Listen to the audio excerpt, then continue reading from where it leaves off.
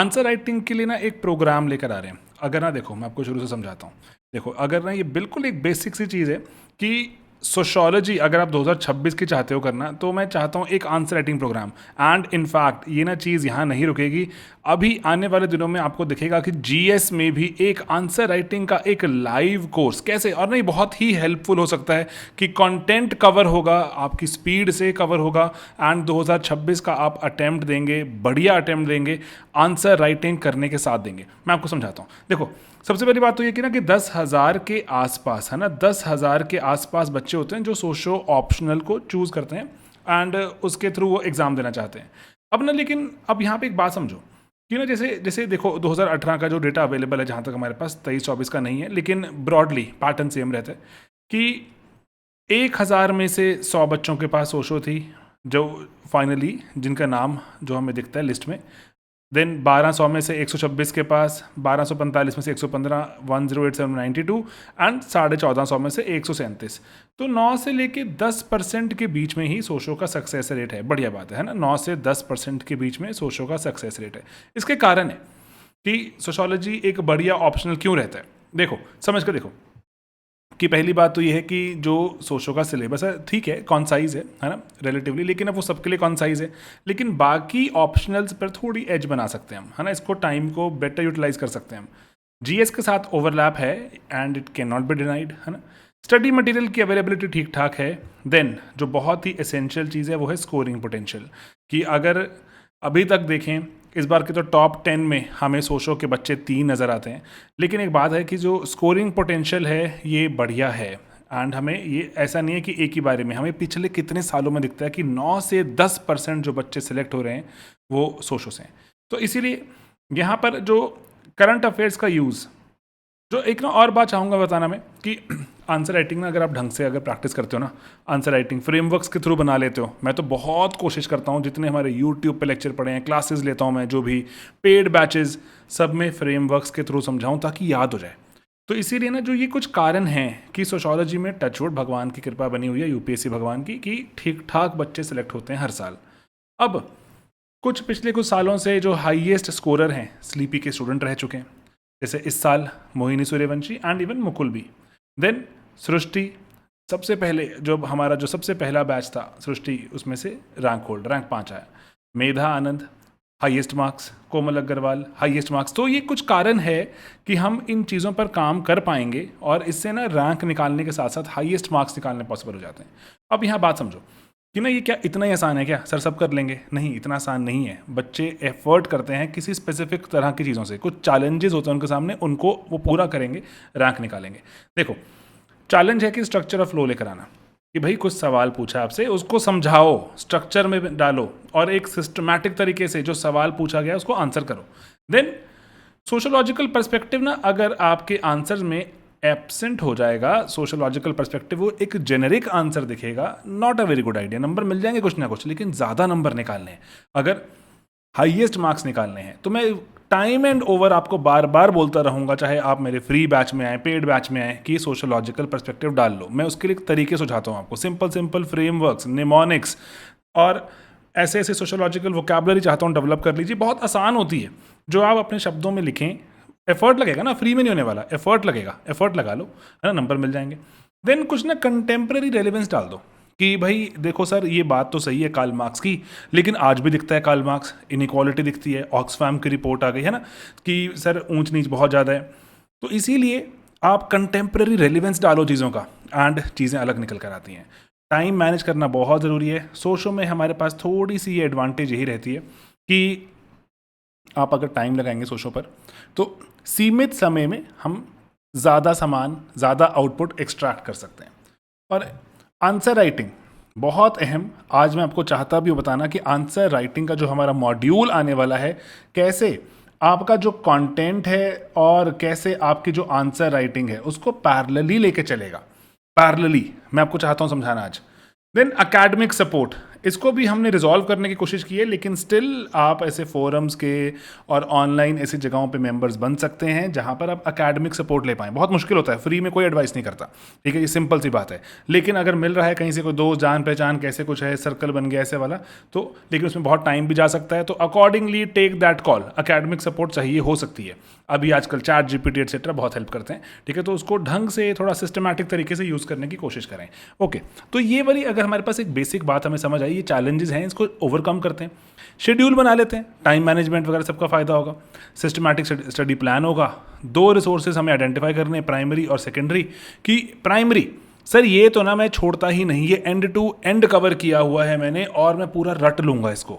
और बहुत से बच्चे स्लीपी के जो कंटेंट को वो अपना प्राइमरी रिसोर्स बना लेते हैं, and touchwood God has been kind, हम मेहनत भी करते हैं, एफर्ट करते हैं, बच्चों के नंबर आते हैं, रैंक आते हैं। तो यही चाहिए ना यूपीएससी को कि मेहनती बच्चे मिले, है ना। ऐसे थोड़ी ना कि कुछ भी हम ऐसे कुछ कान में कुछ खास बात बता के भेजते हैं, बच्चा जाके लिखाता है, ऐसा नहीं होता ना। मेहनत, एफर्ट, है ना, एफर्ट करने के लिए सब बच्चे तैयार हैं, बस किस दिशा में करें, है ना, वो उस पर थोड़ा काम कर लेते हैं। तो बाकी सेकेंडरी कि एक सोर्स मैंने और रख लिया, मैंने एक और देख लिया, है ना, जिससे मैं देख रहा हूँ कि मेरा कुछ छूटा तो नहीं है, एक्स्ट्रा नंबर जो कुछ निकालने हैं अगर, तो कोई एक्स्ट्रा टॉपिक्स। प्राइमरी मिस नहीं हो सकता, प्राइमरी मिस नहीं हो सकता, एक एक शब्द, एक एक पन्ना, एक एक पेज आपको पता होना चाहिए, रटा होना चाहिए। सेकेंडरी ये कुछ कुछ चीज़ें जो थोड़ा कॉन्फिडेंस प्रोवाइड करेंगे आपको कि हाँ मैंने सब देख लिया, मेरे पास कुछ ऐसी चीज़ नहीं बची जो शायद किसी जगह पर दुनिया में गिवन थी, मैंने नहीं पढ़ी, अब मैंने सब कर लिया। एंड सिंस सोशो का सिलेबस थोड़ा सा कॉन्साइज है, ये किया जा सकता है और बच्चे करते हैं, मैं इनकरेज भी करता हूँ उनको करने के लिए। बाकी क्वालिटी को तो हमेशा ही हम क्वांटिटी के ऊपर रखेंगे, क्वालिटी वाला जो भी टाइम स्पेंड किया गया वो हमेशा ही बेटर है देन पढ़ते रहे पेजेस पेजेस पेजेस, कुछ भी नहीं आया, कुछ ना समझ आया, ना पेपर में लिखा गया, है ना। इसीलिए quality is always better. Okay, अब कॉन्सेप्चुअल अंडरस्टैंडिंग करो कैसे होती है। शुरुआत कर रहे हो अगर, सिलेबस को समझो, सिलेबस को समझने के साथ साथ थ्योरीज विद टाइम ग्रेजुअली, है ना, एफर्ट करते हो। अगर पेड बैचेस के पार्ट हो, अगर ऑटोमेटिकली हम साथ साथ पढ़ते चले जा रहे हैं, नहीं हो तो प्लीज़ आप वाईटी पर स्लीपी की प्ले लिस्ट बनी हुई है, प्लीज़ उसका फ़ायदा उठाएं, थियोरीज पढ़ें, कॉन्सेप्ट समझें, किस कॉन्टेक्स्ट में, कि अगर कार्ल मार्क्स लिख रहा था 1850 में तो क्या था भाई उस वक्त माहौल, क्या चल रहा था, वर्कर्स वगैरह थे जो बहुत ही पीड़ित थे कि नहीं थे। आजकल चीज़ें बहुत अलग हो गई हैं, अभी आज के समाज में 200 साल बाद कुछ अलग दिखता है। कॉन्टेक्स्ट समझना, आज कैसे अप्लाई होता है जानना पड़ेगा भाई, इम्प्लीकेशंस क्या हैं उसकी, जान लोगे तो फ़ायदे में रहोगे, पेपर आराम से स्मूथली निकलने की जो आपकी टेंडेंसी डेवलप हो जाएगी। इसीलिए सोशोलॉजिकल वोकैबुलरी पर काम करना ज़रूरी है, हम करते भी हैं उस पर काम ना।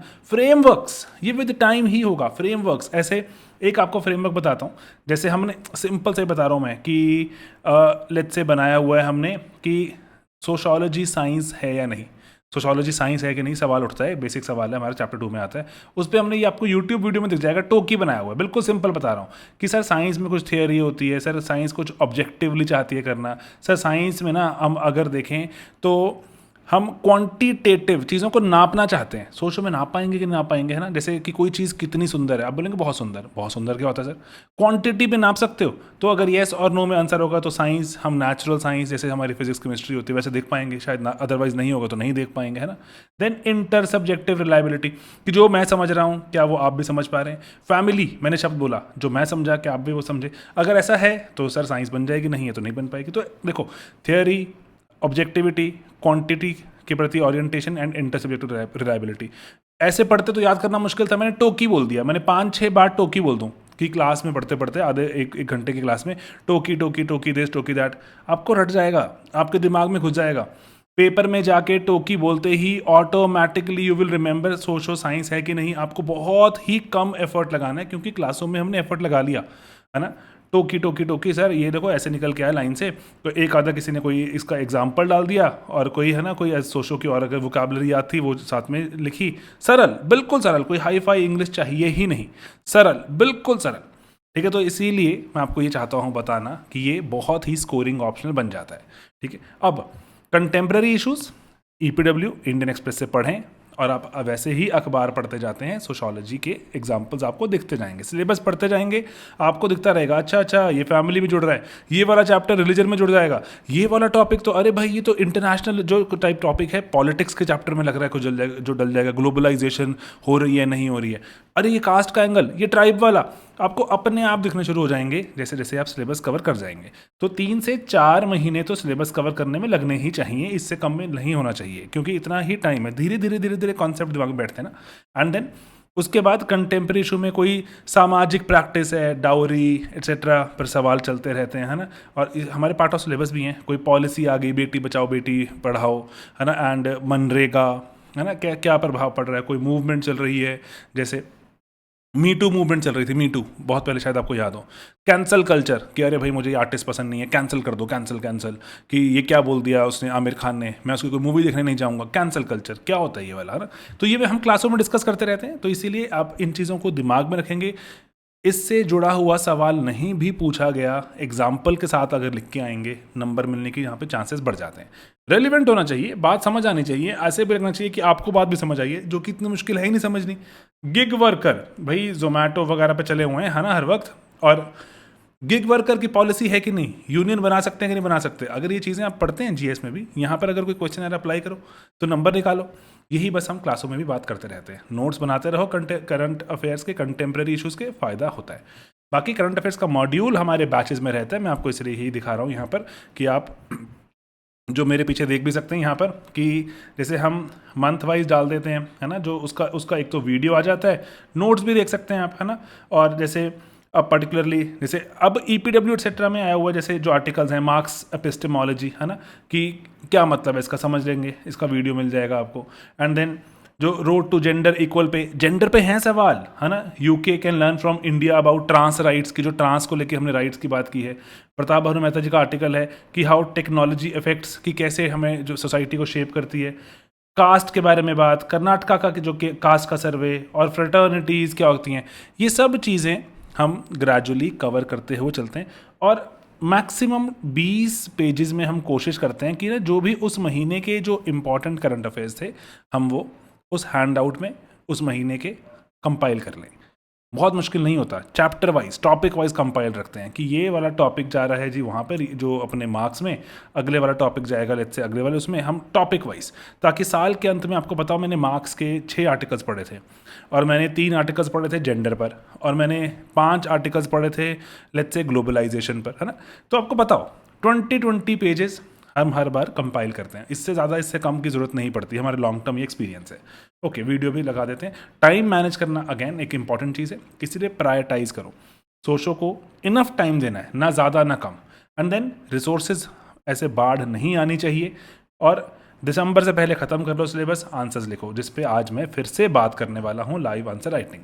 ठीक है, अब यहाँ बात समझो कि ना आंसर राइटिंग में फ्रेमवर्क्स बनाते रहोगे, जैसे आइडियल एक फ्रेमवर्क होता है, बहुत पहले से मैंने चलाया हुआ है, क्लासों में, यूट्यूब पे वीडियो पड़े हुए हैं, चीज़ों को जो बोला गया उसको इंट्रोड्यूस कर सकते हो, डिफाइन एक्सप्लेन कर सकते हो, ना, अप्लाई कर सकते हो, उसकी क्रिटिसिज्म बता सकते हो। तो ये आपको हेल्प करता है पेपर में सोचने के लिए कि ये मैं इस क्वेश्चन को अटेम्प्ट कैसे करूँ, है ना।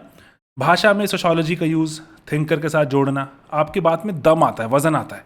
और कंटेम्प्रेरी रेलिवेंस, तो मैं अब यही चाहता हूँ कि ना, कि जो कुछ धीरे धीरे शुरू करो लिखना, लेकिन ग्रेजुअली टाइम के साथ लिखना शुरू कर दो, है ना। रिवीजन और रिकॉल करने के तरीके के साथ आप टाइम्ड तरीके से इसको करना शुरू करो। अब इसीलिए ना ये कोर्स लेकर आ रहा हूँ मैं, ठीक है, एक सिंपल कोर्स है हमारे पास ना, ऑलरेडी अगर आप देखें तो हमारे पास एक सिंपल कोर्स होता है जिसमें सिर्फ कंटेंट है, मैं यहाँ पे लिखता रहता हूँ, जैसे ये सिंपल हमारे पास एक कोर्स है जिसमें कंटेंट होता है, उसमें क्वेश्चन मिलते हैं लेकिन क्वेश्चन इवैल्यूएट नहीं होते, है ना, वो सबसे हमारा बेसिक मॉड्यूल है। उसके बाद आपको जो कंटेंट के साथ आंसर, जो क्वेश्चन मिल रहे हैं, आप वो लिखकर सबमिट करते हैं, इवैल्यूएट भी करा सकते हैं, है ना, वो हमारा सेकंड मॉड्यूल है। सर मुझे मेंटरशिप भी चाहिए, कभी कभी मुझे कॉल करके मेंटर से बात कर लूँ, पूछ लूँ, और अपना प्रेपरेशन की जर्नी का एनालिसिस करवा लूँ, मेंटरशिप वाला हमारा तीसरा मॉड्यूल। यही 3 मॉड्यूल थे, बाकी एक लाइव था, लाइव अभी मैंने बंद करा हुआ है क्योंकि लाइव थोड़ा आगे बढ़ गया। ओके, देन अब एक सिंपल सा मॉड्यूल मैं और लेकर आ रहा हूं, बिल्कुल सिंपल मॉड्यूल है, मेंटरशिप वाला।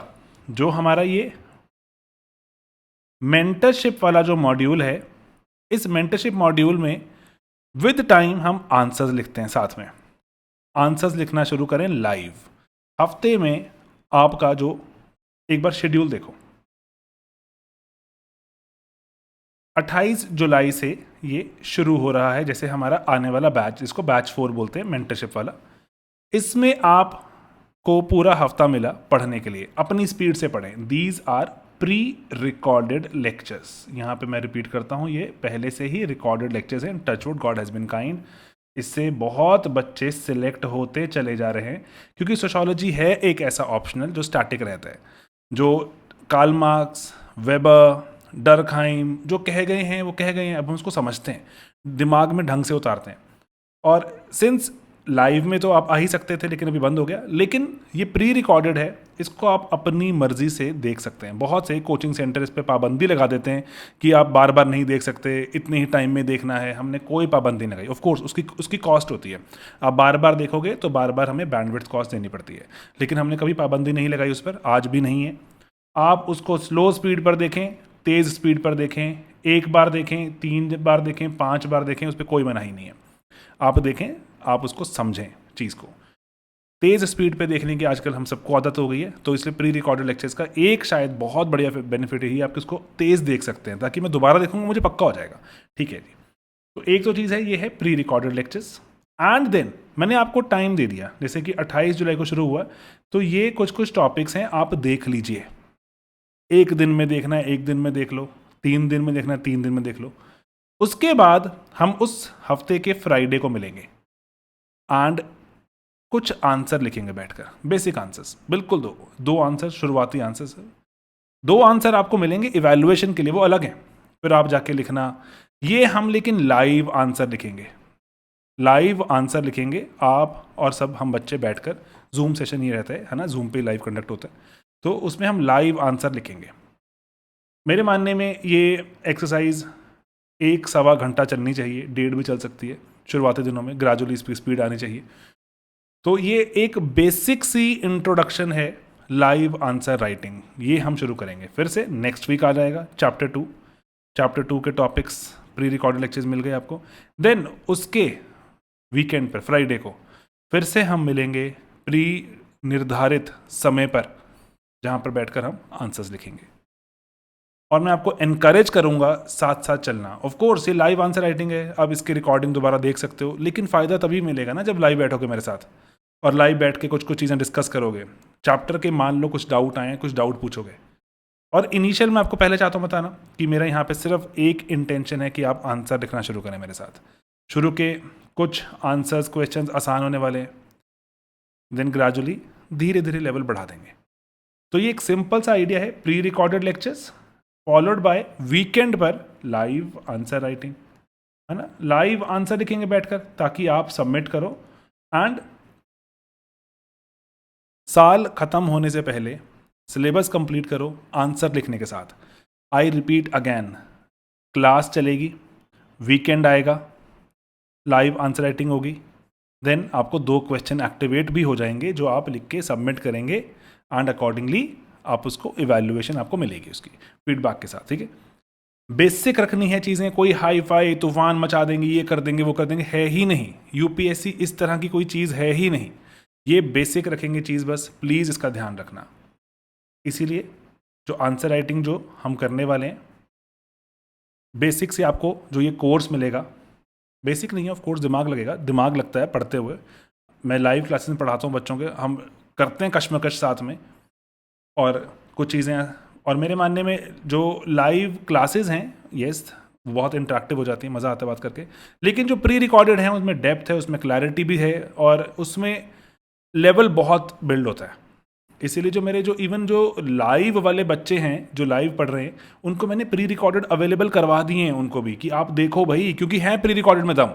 प्री रिकॉर्डेड बच्चों को पेपर पार करवाता है, तो उसके साथ उसमें अगर कुछ बदल रहा है, कुछ चेंज हो रहा है, कोई एग्जाम्पल चाहिए, करंट अफेयर्स का मॉड्यूल डाला हुआ है, तो इसलिए पहला जो आपको एक मॉड्यूल, अगर आप कोर्स एनरोल करते हैं, आपको दिखेगा जो अंदर कि एक तो दिखेगा आपको कि एक इंट्रोडक्शन है, फिर एक लाइव आंसर राइटिंग है जिसमें हम लाइव आंसर राइटिंग करेंगे, इसमें ही आपको जूम का लिंक वगैरह मिलेगा आपको।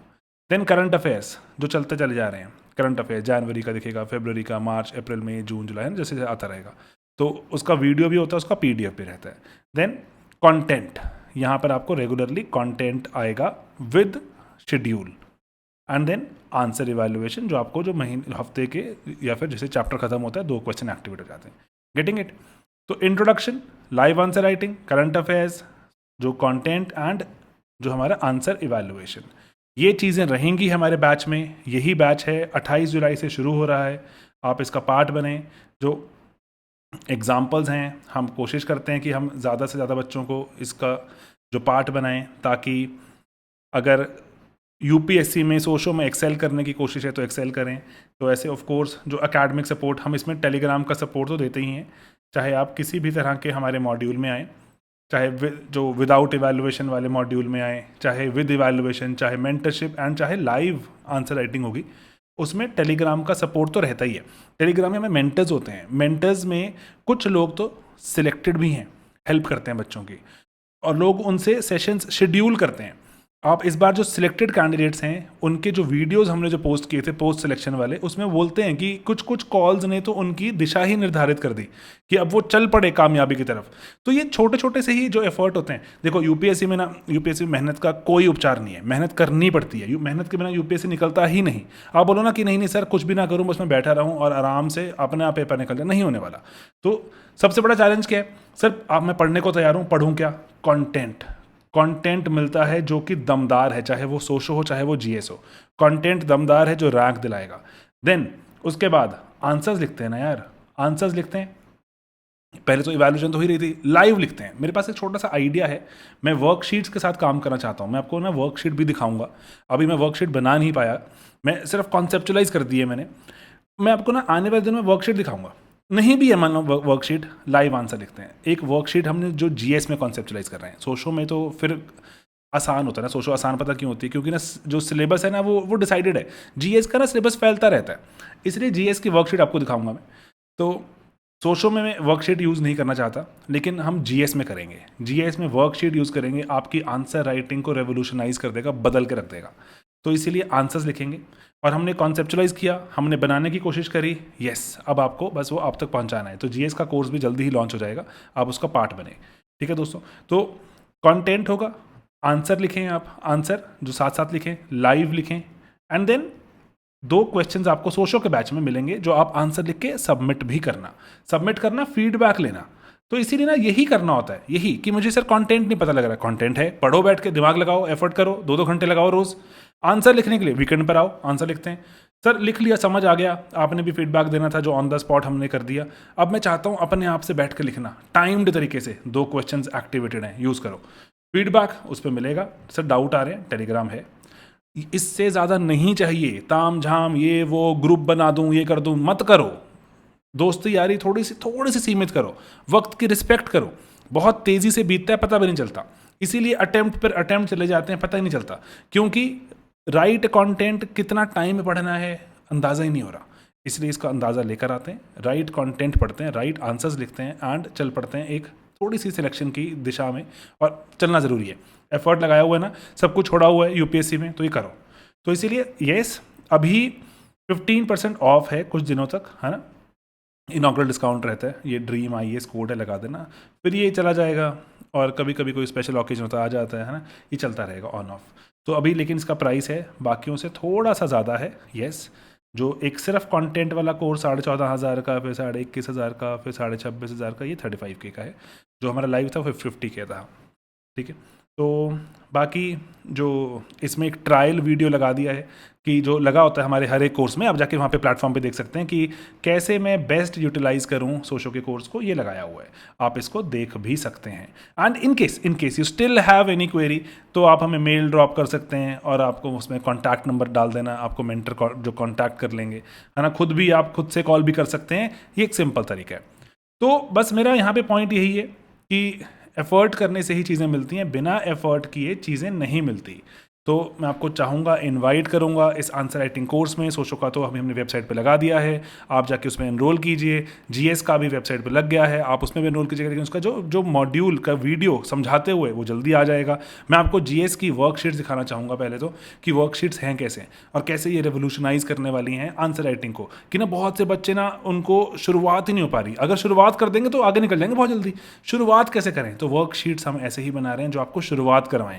जैसे होता है ना कि सर थोड़ा सा इनिशियली, जैसे देखो भाषा होती है, भाषा में ना अगर आपको कोई ABCD पढ़ना सिखा देता है बेसिक बेसिक सा, आप उसके बाद खुद से शब्द बनाते चलते हैं। जो शब्द लिखा हुआ है जैसे ANSWER, आंसर, कोई बता नहीं रहा आपको, अपने दिमाग पे चलता है।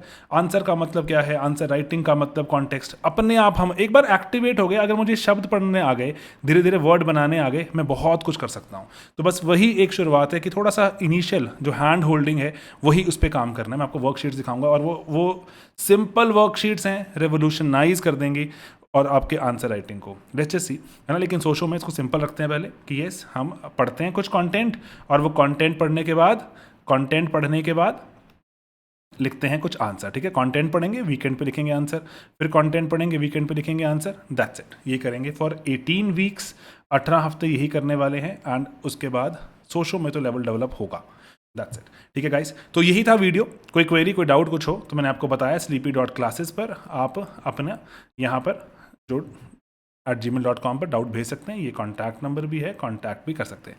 ठीक है दोस्तों, तो मेहनत करते रहते हैं, पढ़ते रहते हैं। स्लीपी क्लासेस का सिर्फ एक ही पर्पज़ है, कंटेंट देना, बहुत सारा कंटेंट देना, और कंटेंट इस तरह से देना कि जो कंप्लीटली सिर्फ और सिर्फ एग्ज़ाम सेंट्रिक हो, और हमारा कोई इंटेंशन नहीं है दुनिया में कि कुछ खास चमत्कार ऐसे ऐसे वाला कुछ कर दिखाएं। सिर्फ एग्जाम सेंट्रिक कंटेंट ही बनाते आए हैं, बनाते जाएंगे।